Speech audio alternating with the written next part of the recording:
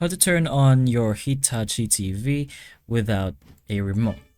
So you have a few options, either by looking for a power button in the bottom side of your TV or on the back side of your TV. Depending on your model, some of them may have a button you can press to turn your Hitachi TV on. So you're gonna have to try finding it yourself, since again, it's gonna depend on what Hitachi TV model you have.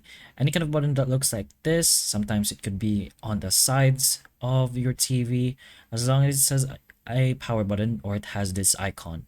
And finally, one last option is to go ahead to your Play Store and just search for a Hitachi remote. Some of them doesn't work since they're not really official Hitachi TV remotes, but you could always go ahead and try some of them out. So make sure it's a remote control for a TV or a universal remote TV.